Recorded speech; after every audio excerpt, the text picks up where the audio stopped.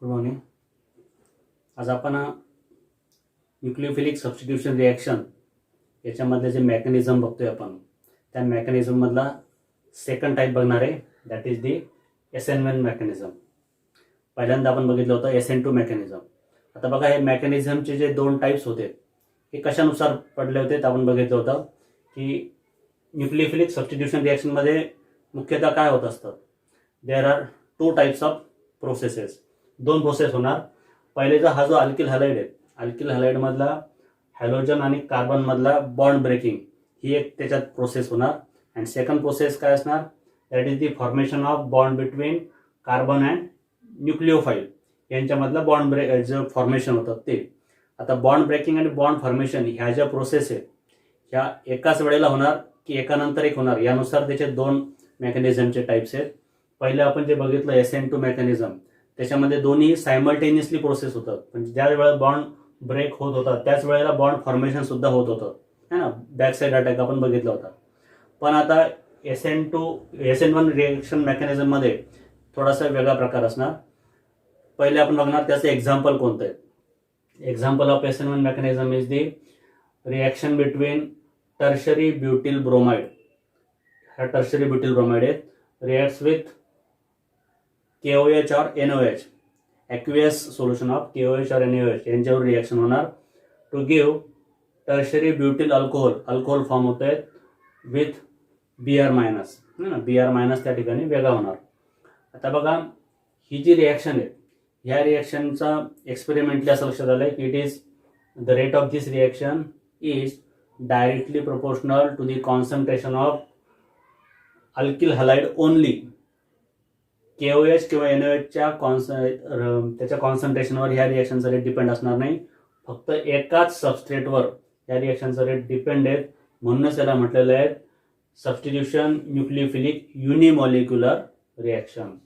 हा जो वन आहे हा युनिमॉलिक्युलरसाठी, म्हणजे एकाच सबस्ट्रेटवर त्याचा रिएक्शनचा रेट डिपेंड असणार. प्रत्यक्ष आता यामध्ये जे मेकॅनिझम आहेत हे कसं असणार हे आपण बघणार आहे. त्याच्यामधल्या स्टेजेस आपण बघणार आहे. This is two step mechanism. SN2 मध्ये वन स्टेप होतात, इथं टू स्टेपचे मेकॅनिझम असणार आहे. काय होतंय बघा, first of all the breaking of carbon and halogen bond takes place.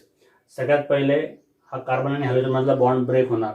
इथं कुठेही तुम्हाला न्यूक्लिओफाईल दिसत नाहीये. पहिल्या स्टेपमध्ये फक्त ही बॉन्ड ब्रेकिंग होणार आहे योग्य त्या रिएक्शन कंडिशनला. And this is the slow step. त्यालाच वेळ लागतो किंवा त्याला आपण रेट डिटरमाइनिंग स्टेप म्हणणार. What happens in this step, the carbocation is form. इथं एक अनायन्स फॉर्म होणार, कारण की हा बॉन्ड ब्रेक झाल्यानंतर दोन्हीचे दोन्ही इलेक्ट्रॉन्स जे हा ब्रोमाइड घेऊन जाईल याच्यामध्ये एक्झाम्पलमध्ये, आणि कार्बनवर पॉझिटिव्ह चार्ज त्या ठिकाणी क्रिएट होणार. म्हणजे पॉझिटिव्ह चार्ज असलेला कार्बन जर असेल त्याला म्हणतो आपण कार्बोकॅटायन. त्या ठिकाणी कार्बोकॅटायन तयार होत आहेत आणि हे तीन जे CH3 जे ग्रुप आहेत हे एकमेकांपासून 120 डिग्रीच्या याच्यावर असणार. त्याला प्लेनर जिओमेट्री म्हणतात. म्हणजे एकाच प्लेनमध्ये तिघे असणार आणि Br मायनस त्या ठिकाणी सेपरेट होणार. आता सेकंड स्टेपमध्ये काय होणार, हा जो न्यूक्लिओफाईल आहे OH minus, it attacks on this carbocation. पहिल्या वेळेस बघा तो फक्त त्याच्या बॅक साईड अटॅक करत होता, कारण की दुसऱ्या साईडला तो प्रेझेंट असणारा Br त्याला अपोज करत होता. इथं मात्र Br मायनस ऑलरेडी सेपरेट झालेले आहेत. So attack of OH minus takes place from both side. आता इथं मात्र दोन्ही प्रकारच्या बाजूने अटॅक त्या ठिकाणी होणार to give the product tertiary butyl alcohol. इथं टर्शरी ब्युटिल अल्कोहोल हा प्रोडक्ट फॉर्म होणार. म्हणजेच बघा, याच्यामध्ये ही टू स्टेप रिएक्शन असणार.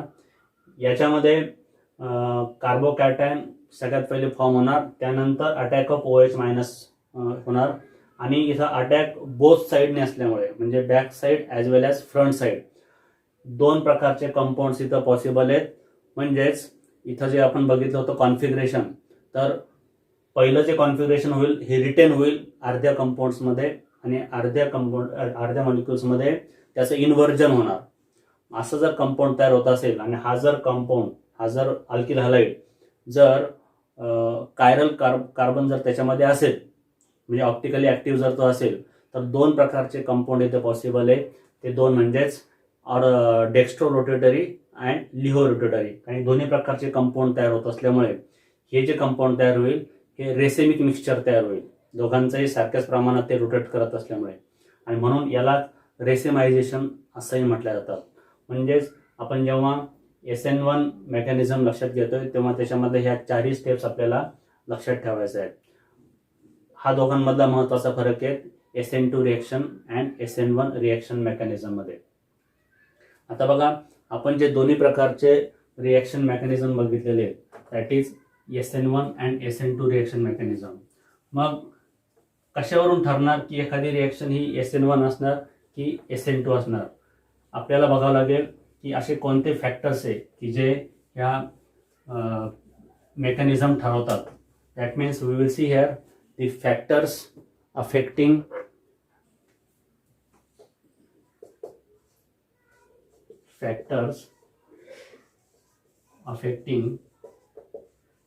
SN1 and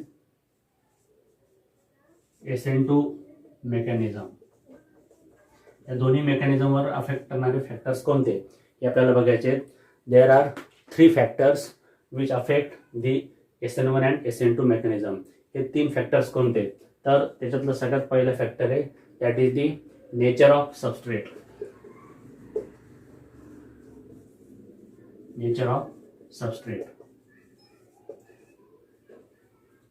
आता बघा, सबस्ट्रेट म्हणजे याच्यामध्ये 2 सबस्ट्रेट असणार, एक अल्किल हॅलाइड स्वतः आणि एक न्यूक्लिओफाइल. तर आपण पहिला सबस्ट्रेट म्हणजे अल्किल हॅलाइडला सबस्ट्रेट कन्सिडर करतो. इथं त्याच्या नेचरवर डिपेंड असणार. आपण बघितलं होतं की पहिलं जे मेकॅनिझम होतं SN2 मेकॅनिझम, ह्या SN2 मेकॅनिझम मध्ये एकाच वेळेला 5 प्रकारचे बॉन्ड फॉर्म झाले होते. बघा, हे 3 हायड्रोजनचे 3 होते आणि हा एक आणि हा एक. पार्शली 2 बॉन्डही फॉर्म झाले होते. अशा वेळेला जर समजा मोठा जर ग्रुप असेल अल्किल हॅलाइड म्हणजे हा जो याच्यामध्ये टर्शरी जर असेल, टर्शरी मध्ये ह्या प्रकारची मेकॅनिझम ही पॉसिबल नाही आहे. टर्शरी अल्किल हॅलाइडमध्ये हे कुठं पॉसिबल आहे? फक्त प्रायमरीमध्ये. कारण की टर्शरीमध्ये खूप मोठा ग्रुप होऊन जाईल आणि अशा बल्की ग्रुपमध्ये अशा पद्धतीचं मेकॅनिझम हे पॉसिबल नाही आहे. That means we can say that SN2 mechanism is favored by primary alkyl halides only. याचाच अर्थ असा होतो की SN1 कोणामध्ये असणार? टर्शरी अल्किल जे ग्रुप असतात आपण बघितलं आता की टर्शरी अल्किल ग्रुप हे SN1 रिएक्शनला फेवर करतात. सो नेचर ऑफ सबस्ट्रेटवर अशा पद्धतीने डिपेंड असणार. Now, which is the second factor which affect the mechanism? Second factor है that is the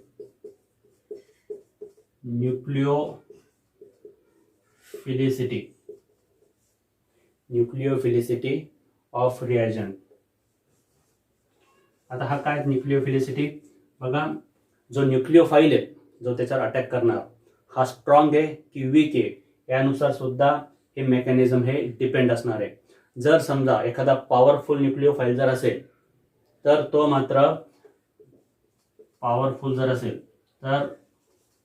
तो करणार SN2 रिएक्शनला फेवर करतो.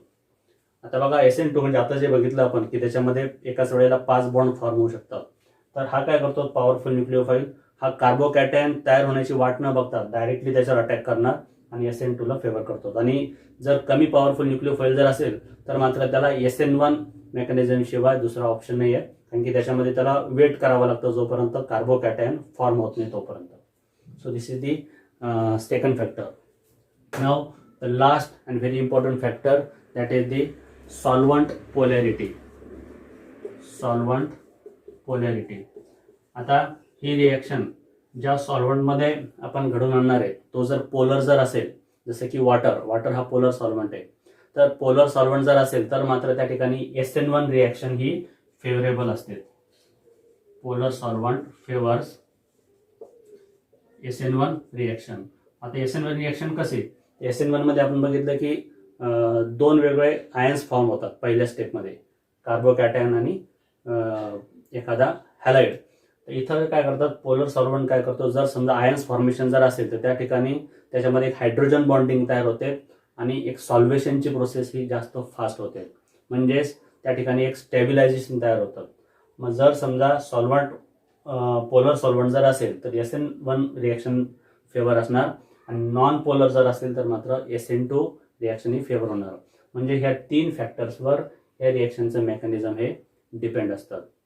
नाव this is the nucleophilic substitution reactions and their different types. In next video we will see the other types of chemical properties of alkyl halides that we will see in the next topic. Thank you.